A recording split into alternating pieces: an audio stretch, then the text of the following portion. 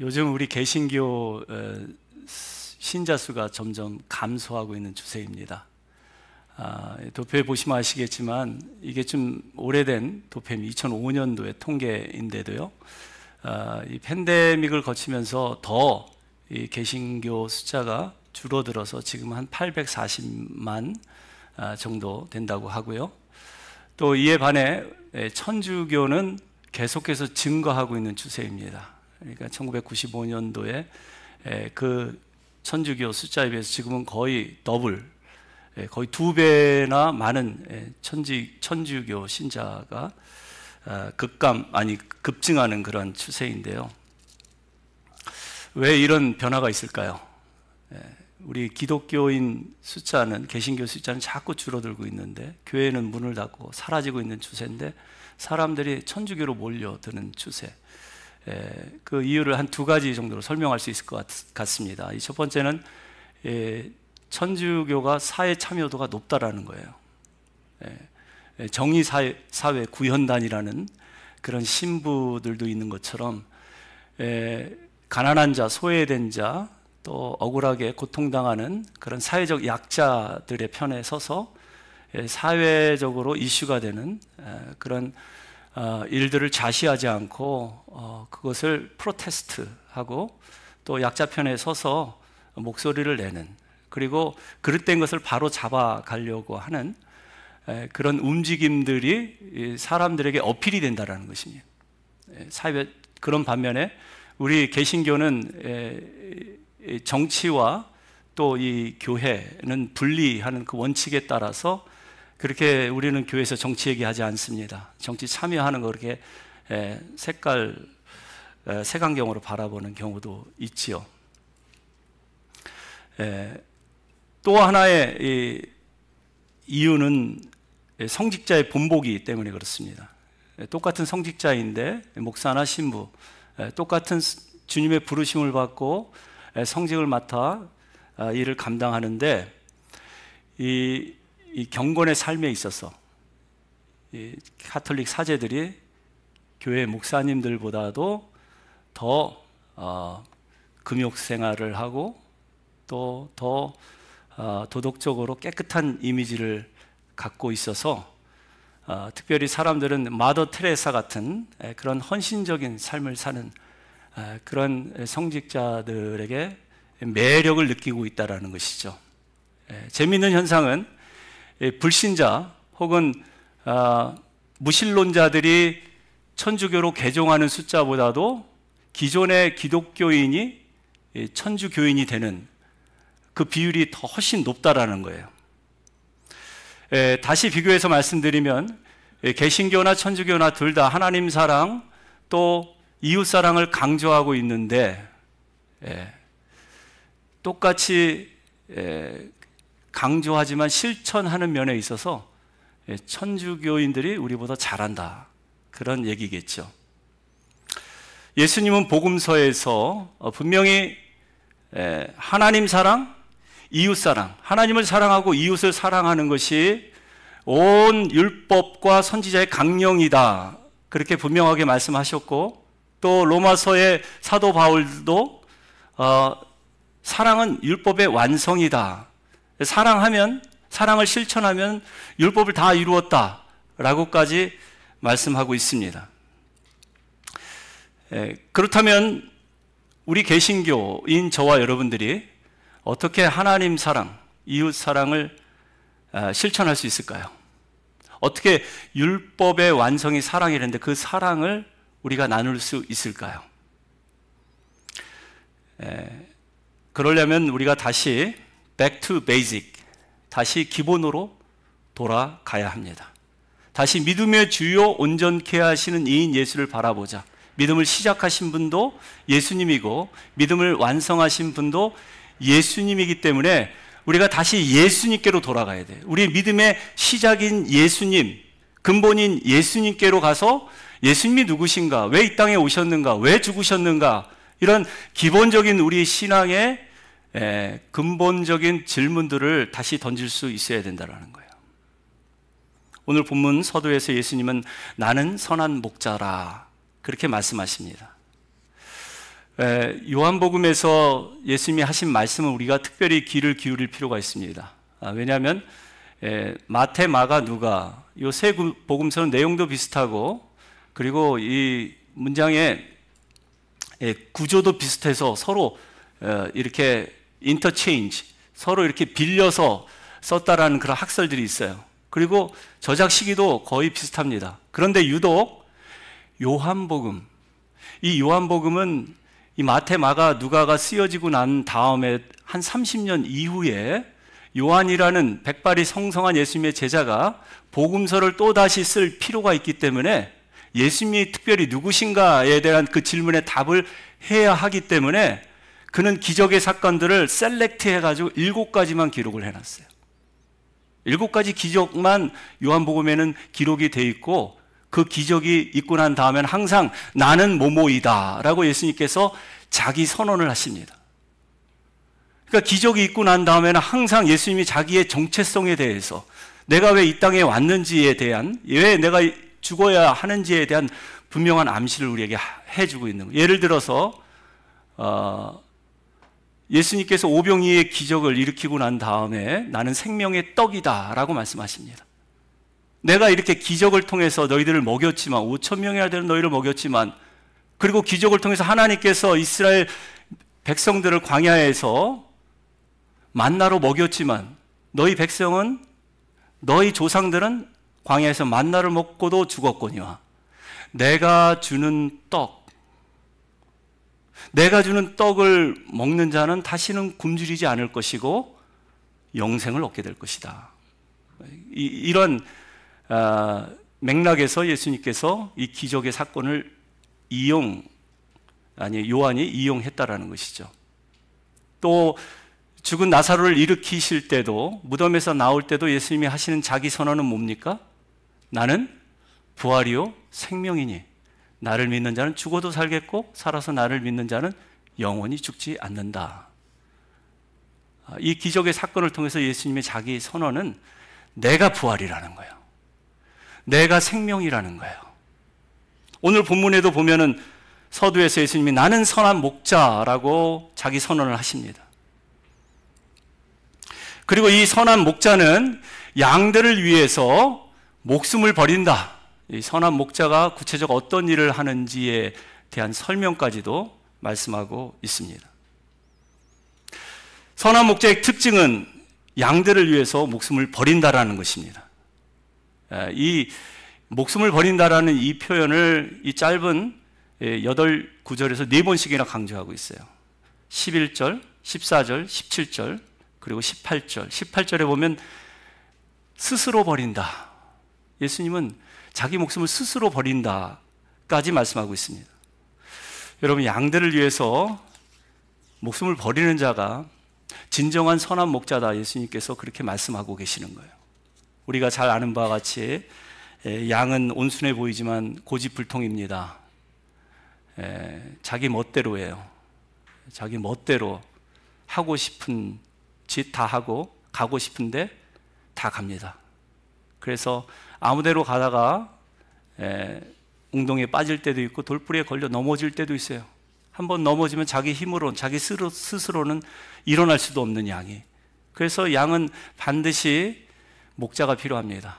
이 목자 없이는 생존이 불가능한 그런 동물이기도 해요. 그런데 성경은 우리가, 저와 여러분들이 다 양 같다고 말씀합니다. 우리는 다 양 같아서 그릇 행하여 각기 제 길로 갔거늘 여호와께서는 우리 무리의 죄를 그에게 담당시키셨도다. 그렇게 말씀하고 계세요. 그게 예수님이 십자가를 지신 이유입니다. 우리가 양 같기 때문에. 그게 예수님이 십자가에 자신을 버리신 이유입니다.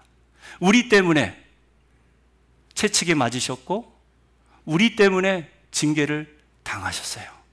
우리를 살리기 위해서, 우리를 치료하기 위해서 예수님께서 자기 자신의 목숨을 버리신 것입니다. 그런데 삭군은, 오늘 본문에 보면 선한 목자 삭군을 대조해서 비교해서 말씀하고 있는, 그렇지 않다라는 거예요. 삭군은 목숨을 버리지 않는다라는 거예요. 이리가 오면 양들을 두고 도망친다라는 거예요. 이리가 와서 양을 물고 해치고 잡아먹는다 할지라도 책임감을 전혀 느끼지 않고 또 양을 맡긴 주인에게 충성도 하지 않는 자, 그 사람이 삭군이라는 것이죠. 삭군은 자기 신변이 위험하다 싶으면 달아납니다. 더 좋은 조건에 더 좋은 보수를 준다고 하면 언제든지 그 자리를 박차고 나가서 떠납니다. 그런 삭군에게 맡겨진 양들이 얼마나 불쌍합니까? 무방비 상태 아니에요?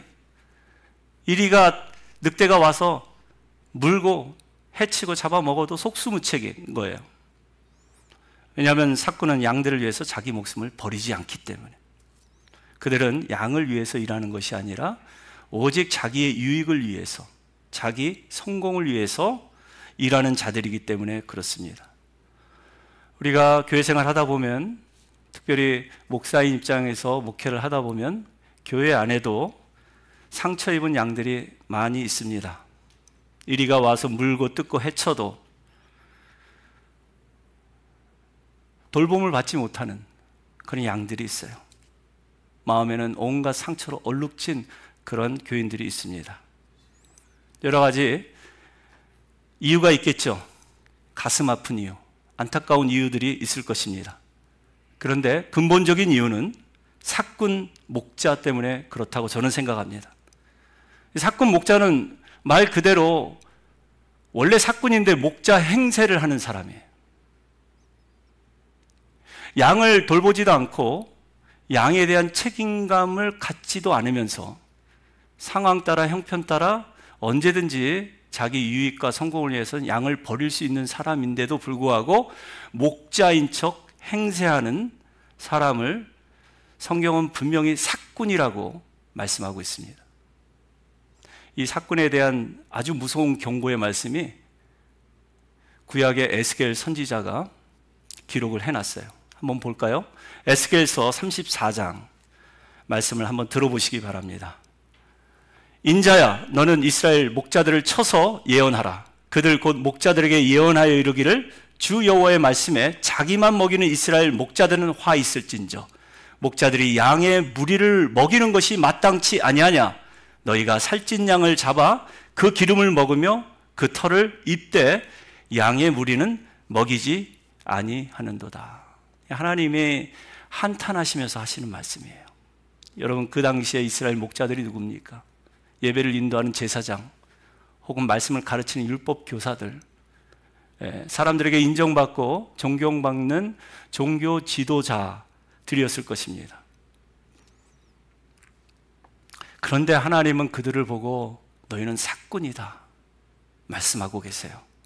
양들을 먹여야 되는데 자기만 먹이는 이스라엘 목자들, 그들은 양을 치는 사람들이 아닌 양을 잡는 사람들입니다. 살찐 양을 잡아서 그 기름을 먹고 그 털을 입되 양무리는 돌보지 않고 먹이지 않는, 그래서 무방비 상태로 버려두는 그러한 목자들. 저는 이 경고의 말씀이 신구약을 떠나서 우리 시대에도 보편적으로 주시는 경고의 말씀이라고 생각합니다. 주님은 시몬 베드로처럼 주님, 내가 주님을 사랑합니다. 사랑을 고백하는 자들에게 항상 목양의 사역을 맡겨주십니다. 그럼 내 양을 먹이라. 내 양을 치라. 목사인 저뿐만 아니라 여러분들에게도 천하 만물보다 소중하다고 여기는 한 영혼을 하나님께서 맡겨주시고 그리고 그 양들을 좀 돌봐달라고 부탁을 하십니다. 그런데 여러분, 우리가 그 한 영혼이라도 제대로 먹이고 치는, 돌보는 목양의 사역을 감당하지 못한다면 구약의 이스라엘 목자들과 다를 바가 무엇이 있겠습니까?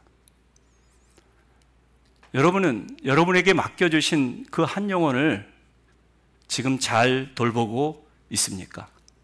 만약에 그렇지 않는다면 여러분의 사랑의 고백을 듣고 양들을 맡겨주신 우리 주님께서 슬퍼하실 거예요. 돌보라고, 먹이라고, 치라고 맡겨주셨는데 이리가 와서 잡아먹든, 함정에 빠져서 돌불에 걸려 넘어져서 아파하고 또 신음하는 그 한 영혼에 대한 여러분의 마음이 식었다면 가장 크게 슬퍼하실 분은 우리 주님일 것입니다.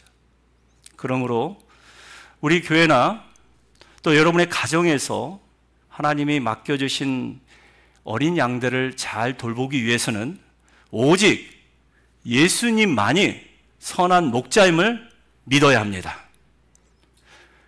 I am the shepherd, good shepherd.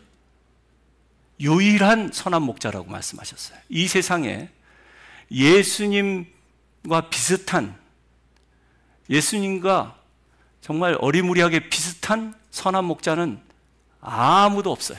오직 예수님만이 선한 목자십니다. 왜? 예수님은 양들을 위해서 자기 목숨을 버리신 분이시기 때문에. 우리가 예수님처럼 더 그 셰퍼드, 선한 목자가 될 수는 없겠지만 예수님을 닮은 작은 목자가 되기 위해서는 어떻게 해야 할까요? 먼저는 희생의 사람이 되어야 합니다. 14절, 15절에 보면 나는 선한 목자라, 나는 내 양을 알고 양도 나를 아는 것이 아버지께서 나를 아시고 내가 아버지를 아는 것 같으니 나는 양을 위하여 목숨을 버리노라. 목숨을 버리는 이유에 대해서 분명하게 말씀하고 있죠. 안다라는 거예요. 안다라는 동사가 4번이 기록되어 있어요. 여기서 안다라는 것은 머리로 지식으로 아는 것이 아니라, 정보를 통해서 아는 것이 아니라 삶을 통해서, 경험을 통해서 아는 거예요. 하나님께서 나에게 어떠한 은혜를 베푸셨는지 내가 삶을 통해서 경험해 봤기 때문에, 그분이 나를 얼마나 사랑하는지 내가 내 삶에서 경험해 봤기 때문에 안다. 그래서 나는 내 양을 안다. 그리고 내 사랑을 받고 은혜를 받은 내 양들도 나를 안다. 내가 아버지께 사랑을 받은 것처럼 나도 아버지를 사랑하는 거, 그분이 안다. 사랑 때문에 목숨을 버리노라. 그렇게 말씀하고 있는 것입니다. 몽골의 초원에 가면은 몽골 사람들이 정말 가족처럼 아끼는, 딸 자식, 아들 자식처럼 생각하는 개가 있습니다. 이름이 방카르라는 이 개인데요. 이 개는 온순해 보이지만 굉장히 사납고 공격적인 그런 목양견이래요. 이 개는 태어날 때부터 이 두 눈 위에 흰 반점이 2개가 붙어 있어서 눈이 4개 달린 그런 개다. 그래서 깜깜한 밤중에도 양들을 지킬 때 늑대나 이리 같은 맹수들이 올 때 한 번에 알아본대요. 그리고 심지어 귀신이 나타나도 귀신까지 볼 수 있는 그런 초능력을 가졌다고 몽골 사람들은 믿어요. 그만큼 자신들을 지켜주고, 그리고 자신들의 양떼들, 염소떼들, 가축들을 목숨 걸고 지켜내는 아주 충성스러운 그런 반려견이라. 그래서 이 목양견, 반려견인 방카르가 없으면은 몽골 사람들은 잠을 자지 못한대요. 방카르가 짖어야 잠을 잔다라는 그런 속담이 있을 정도로 그만큼 주인에게 충성된 그런 개입니다. 가끔 늑대나 이리가 출몰 하고 양들을 해치려고 하면은, 여러분, 이 늑대라는 이 맹수가 얼마나 이 치악력이 강한지, 사람의 치악력보다 4배가 강하다고 해요. 한번 물면은 그 숨통을 그냥 끊어버린대요. 목덜미 물어서 살아남는 가축이 없다고 합니다. 그런데 이 목양견은 보시는 바와 같이 몸에 털이 많고 목덜미 이 살이 굉장히 유연해서 물어도 쉽게 죽지 않는데요. 그러나 아프겠죠. 고통스럽겠죠. 물린 채로 밤새도록 사투를 벌이면서 목숨을 걸고 양들을, 염소들을 지켜냅니다. 그러면 이 맹수들이 그 용맹스러움과 주인의 충성된 그런 모습을 보고 겁에 질려서 도망쳐버린대요. 다시는 나타나지 않는다고 합니다.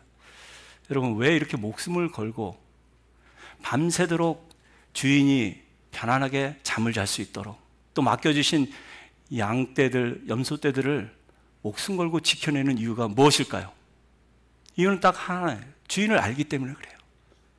주인이 자기를 얼만큼 사랑하고 얼만큼 믿고 의지하고 있다는 사실을 미물이지만 이 방크라는 개는 알기 때문에 주인의 그 사랑에 보답하기 위해서 목숨을 거는 거예요. 여러분, 사랑하면 목숨을 걸게 되어 있습니다. 성경에 보면 내가 죽도록 충성하라. 그리하면 내가 생명의 면류관을 내게 주리라. 여러분, 이 말씀을 혹시 여러분들이 임직을 받을 때 권사로서, 안수집사로서, 장로님으로서 임직 받을 때 아마 많이 들었던 설교 내용이나 권면의 말씀일 것입니다. 내가 죽도록 충성하라. 그리하면 생명의 면류관을 주실 것이다. 그래서 여러분들 충성을 다짐했을 것입니다. 또 사도 바울은 고린도전서 4장 2절에 이런 말씀을 합니다. 우리에게 익숙한 또 다른 말씀이죠. 맡은 자들에게 구할 것은 충성이니라. 임직을 맡은 자들에게 구해야 될 것이 충성이래요. 그런데 여러분, 도대체 누구에게 충성하라는 것입니까? 뭐 때문에 충성하라는 것입니까? 제가 생각하기에는 담임 목사에게 충성하라고 직분을 주는 건 아닌 것 같아요.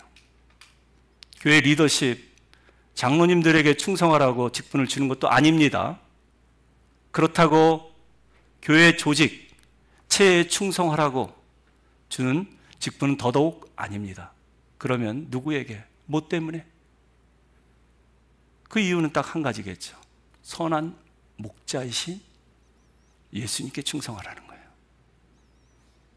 우리 대신 자기 생명을 버리신 그 예수님, 한없는 은혜를, 사랑을 베푸신 그 하나님께 충성하고 주님의 몸된 교회인 교회에게 충성하라고 하나님께서 우리에게 충성된 직분을 맡겨주신 줄로 믿습니다. 그래서 여러분, 이 충성이란 이 단어는 피스티스, 이 명사를 피스토스, 동사형으로 바꾸면은 충성된 사람의 뜻은 뭐냐면 믿을 수 있는 사람, trustworthy, 믿을 만한 사람. 하나님 보시기에, 예수님 보시기에 내가 그토록 사랑하는 내 양들을 치고 먹이고 돌볼 수 있도록 믿을 만한 사람에게 직분을 준다라는 거예요.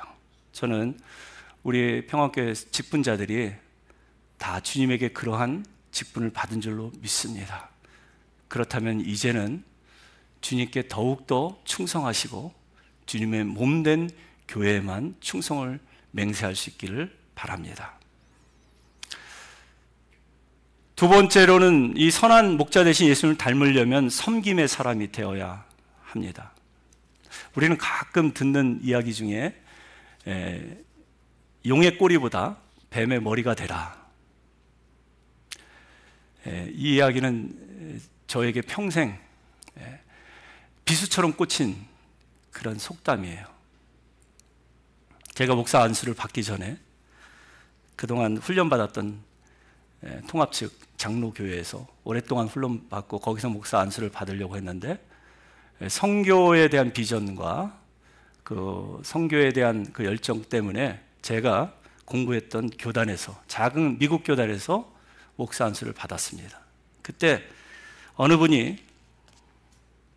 목사님이 저에게 그런 말씀하세요. 용의 꼬리가 되지 말고, 뱀의 머리가 되지 말고 용의 꼬리가 되라.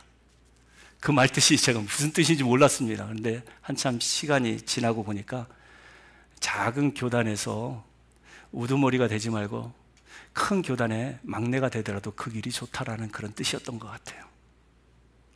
저는 동의할 수 없었습니다. 왜냐하면 우리 예수님께서 섬김의 삶을 우리에게 보여주셨을 때 예수님은 섬기는 자가 되라고 말씀하셨어요. 섬김을 받기보다는 남을 섬기는 자로서 사람들을 이끌고 영향력을 행사하는 그런 리더, 우리가 세상적으로 알고 있는 그런 무엇을 지시하고 명령할 수 있는 자리에서의 아주 카리스마적인 그 리더십이 아닌 제자들의 발을 닦여주고 제자들의 모든 허물과 죄를 용서해주고 한 사람의 영혼도 놓치지 않고 끝까지 다 하나님께로 인도하려고 한 그 예수님의 험불한 리더십, 그것은 servant 리더십. 으뜸이 되고자 하는 자는 어떻게 되래요? 종이 되어야 할지니라. 크고자 하는 자는 너희를 섬기는 자가 되어야 한다. 그렇게 말씀합니다. 그게 예수님의 리더십이었었어요. 또 인자가 온 것은 섬김을 받으려 함이 아니라 도리어 섬기려 하고 자기 목숨을 많은 사람의 대속물로 주려 함이니라. 자기 목숨까지도 많은 사람들의 대속물로 주기 위해서 우리 예수님은 십자가의 길을 걸어간 거예요. 그리고 십자가의 길을 따라가기를 원하는 저와 여러분에게도 동일하게 말씀하십니다. 누구든지 나를 따라오려거든 자기를 부인하고 제 십자가를 지고 나를 따를 것이니라. 여러분, 우리 예수님은 십자가의 길을 가라고 우리에게 지시하신 분이 아니에요. 본인이 몸소 그 길을 먼저 가셨고 그 길을 따라가기를 원하는 저와 여러분들에게 성령을 부어주셔서 성령의 도우심을 받아서 그 십자가의 길을 함께 가기를 원하십니다. 그게 섬김의 리더십인 거예요. 잠깐 우리 영상부에서 준비해 준 영상으로 희생과 섬김의 삶을 실천했던 두 분을 잠깐 만나보도록 하겠습니다.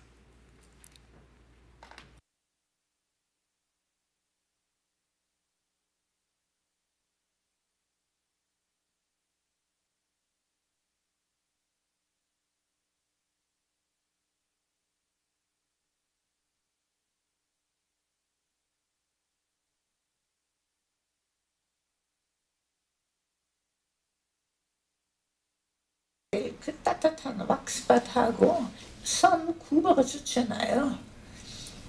또 딱딱하니까 왁스밭하고 왁스밭 한 다음에 손가락 운동하니까요. 운동하면서 그럼 손가락 안 굳어요. 1962년 꽃다운 20대의 소록도를 찾은 오스트리아 간호사 마리안느와 마가렛. 들꽃 같은 한센인들의 상처와 깊은 아픔을 어루만진 두 사람. 누군가는 그들을 파란 눈의 천사라고 불렀다.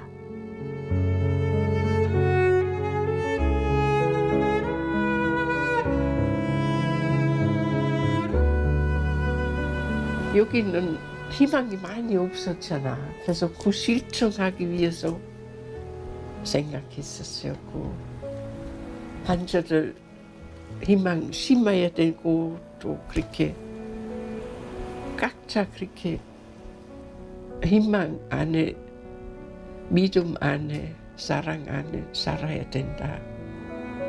작은 사슴을 닮았다 하여 소록도라 불리는 아름다운 이 섬. 하지만 이 작은 섬은 세상 사람들은 짐작하기 어려운 깊은 상처를 간직하고 있다. 강제 수용된 한센인들은 성취하는 몸으로 중노동에 시달렸고 유전병이라 하여 단종 수술까지 자행되었다. 그뿐만이 아니었다. 굶주림과 구타를 견디지 못한 이들은 탈출하다 감금실에 갇혀 죽어나갔다. 가족들에게조차 버림받은 한센인들은 병이 나아도 돌아갈 곳이 없었다. 희망을 잃은 이들은 바다에 빠져 죽거나 나무에 목을 메었다. 이 섬에 들어와가지고 하룻밤을 자고 아버지는 가십니다. 가시는데 그 당시에 우리가 출입했던 제비 선창. 그래서 제가 또 따라 나가요. 그러니까 아버지가 자꾸 오지 말라고 그래. 그래 오지 말라고 자꾸 말려요. 그래서 가다가 내가 이제 돌아서는데 뒤돌아보지 마라. 열심히 살아라. 그런데 그렇지만 그 아버지 그런다 해서 아버지 가시는 모습을 안 볼 수 있어요. 돌아보니까 아버지가 가시다가 주저앉아가지고 울고 계시는 모습이더라고요. 그래도 그때 어린 나이지만은 가슴이 미어졌습니다. 한센병은 나균 때문에 손가락과 발가락이 떨어져 나가고 얼굴에 변형이 오거나 실명을 하는 경우도 많다. 60년대 당시엔 전염의 공포가 매우 컸다. 그래서 한센인들은 그들이 낳은 자식들과 함께 살 수 없었다. 가장 비극적인 장소는 이곳 수탄장이었다. 보육소에 아이들을 맡긴 후 이렇게 멀리 떨어져 눈으로만 혈육을 만나야 했다. 바람이라도 부는 날에는 병균이 옮아갈까 두려워 아이들은 언제나 바람을 등지는 쪽에 세웠다. 유아원에 가보면은 내가 낳은 자식들도 나는 그렇게 못 키우겠는데 그 양반들은 그렇게 너무너무 깨끗하게 아주 잘 키워주시더라고요. 마리안느는 기꺼이 한센인 자녀들의 엄마가 되어주었다. 밥을 해주고 옷을 갈아입히고 잠들기까지 사랑을 나누어 주었다. 그때만 해도 그렇게 정말 우리가 인정을 못 받았어요. 인간 야 밖에 진찰을 해도 장갑 끼고 간호사들도 의사들도 그런 식으로 진찰을 받고 그러는데 이 양반들은 그 상처가 있는 상처에도 맨손으로 그 코를 막 그 상처에다 냄새를 맡아요. 내 등대기 그 짓물난 등대기를 이런 식으로 이렇게 하면서 위에서 여기서 부어요. 부으면서 이걸 온 등대기에다 그걸 맨손으로 약 한 달 하고 나니까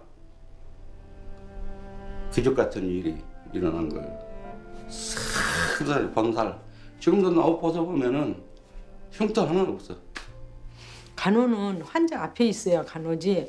간호사들이 맨날 그 이렇게 차트 정리하고 뭐 이렇게 의사 처방 받고 이런 데 시간을 많이 하면 간호가 아니라고 저보고도 공부는 절대 하지 말라고 그러더라고요. 손과 발이 부지런해야지 간호지 머리만 잘 회전시키면 간호가 아니라고. 마리안느와 마가렛은 비자 연장을 위해 고향을 방문할 때마다 모금 활동을 했다. 두 사람은 개인 후원자들을 만났고 가톨릭 부인회의 지원을 요청했다.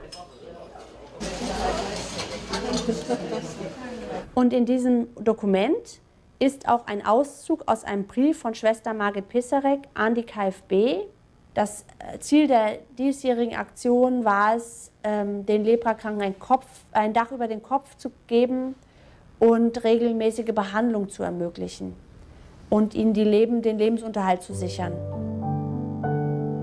가톨릭 부인회는 소록도 지원에 집중했다.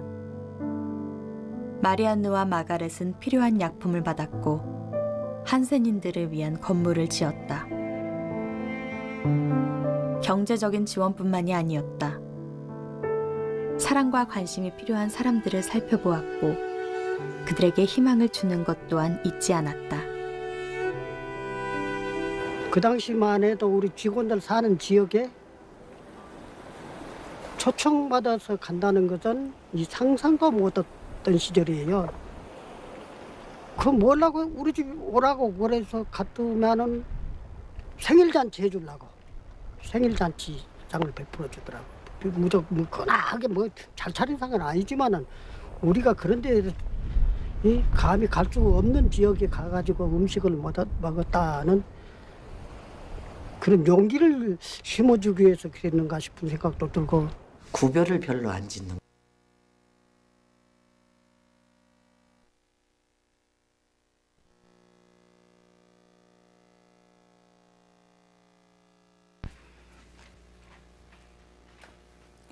오스트리아에서 20대 소록도에 와서 43년 동안 희생과 섬김의 삶을 살았던 두 분, 한국 정부에서 이분들의 공을 인정해서 너무 감사하고 또 고마워서 정권이 바뀔 때마다 이분들에게 메달을 수여하고 훈장을 주었다고 합니다. 심지어 이 소식을 들은 노벨위원회에서도 노벨 평화상의 후보로 거론이 될 만큼 이분들의 이야기는 많이 알려져 있습니다. 근데 그분들은 한결같이 이런 얘기를 합니다. 우리는 특별한 일을 한 사람들이 아닙니다.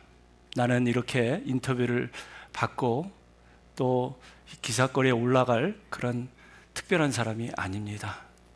나는 다만 나의 선한 목자 대신 예수님이 나에게 은혜를 베푸시고 사랑해 주셨기 때문에 예수님이 그 은혜를 그들과 함께 나누고 싶었을 뿐입니다. 소록도에서의 43년은 내 인생에서 가장 행복한 시간이었습니다. 그렇게 말씀합니다. 야고보 기자는 말씀합니다. 형제들아, 우리가 말과 혀로만 사랑하지 말고 행함과 진실함으로 하자.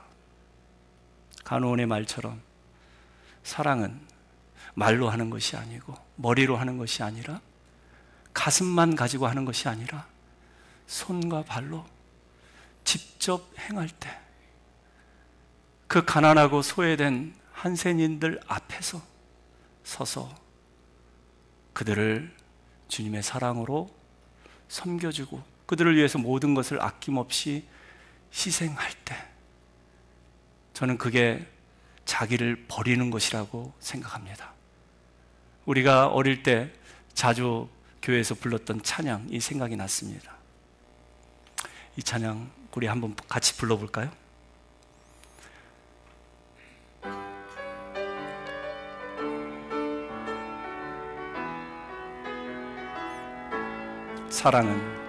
사랑은 참으로 버리는 것 사랑은 참으로 버리는 것 더 가지지 않는 것. 이상하다 동전한입, 이상하다 동전한입, 움켜잡으면 없어지고 쓰고 나눠지면 풍성해져 땅 위에 가득 차네. 거기까지. 여러분 믿으십니까? 사랑은 나누는 거예요. 저는 오늘 불편한 몸으로 점심 식사를 대접하겠다고 사인업 하시고 그렇게 헌신하신 우리 김원숙 집사님을 볼 때 사랑은 정말 버리는 것이다 하는 생각을 해봤고요. 또 그분이 그렇게 불편한 몸으로 아픈 몸으로 섬기는 것을 보고 힘들겠다, 나라도 도와줘야지 해서 그 먼 2시간 거리에서 일부 예배 전에 오셔서 부엌에 들어가서 부엌 일을 함께 해주시는 모 집사님의 그 섬김도 저는 버리는 것이라고 생각합니다. 사랑은 버리는 것이고 또 나누는 것입니다. 이렇게 쓰고 버리면 다 없어질 것 같은데 노래 가사는 뭐예요? 쓰고 나눠지면 더 풍성해져 땅 위에 가득 차네. 여러분 믿으십니까? 오늘 예수님께서 그 말씀을 하시는 거예요. 17절에 보니까 내가 내 목숨을 버리는 것은 그것을 다시 얻기 위함이니 이로 말미암아 아버지께서 나를 사랑하시느니라. 그래서 예수님은 억지로 버리지 않고 누가 뭐라고 해서 내려놓지 않고 자기 스스로 버리셨대요. 자기 스스로 십자가를 치셨대요. 18절에 보니까 이를 내게서 뺏어든 자가 있는 것이 아니라 내가 스스로 버리느라. 예수님이 18절에 계속 보시면 나는 버릴 권세도 있고 얻을 권세도 있으니 이 계명은 내 아버지께서로부터 받았다. 무슨 얘기입니까?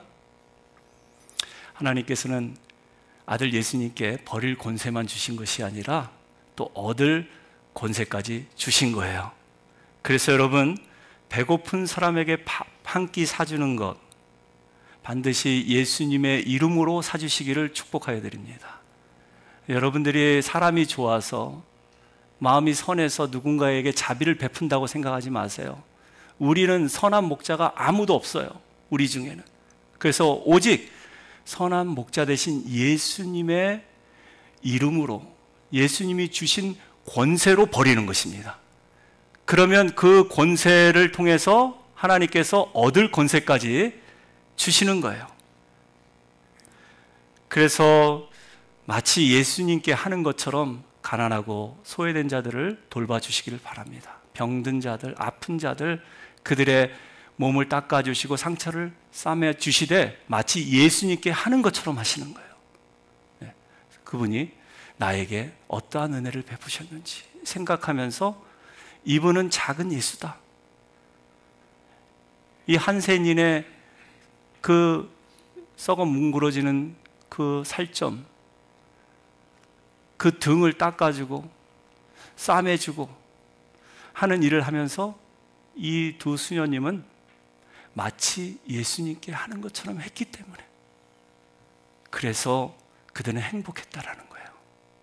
내게 베푸신 은혜가 너무나 고맙고 너무나 감사한, 내가 이렇게나마 이 작은 소자에게 한 것이 예수님께 한 것임을 그가 알기 때문에 그들은 행복했다고 얘기할 수 있는 것입니다. 그래서 예수님도 말씀하시잖아요. 지극히 작은 자에게, 소자에게 한 것이 곧 내게 한 것이니라. 예수님은 자신을 가난하고 소외된 자, 억눌리고 고통당하는 자들과 동일시하고 있는 것입니다.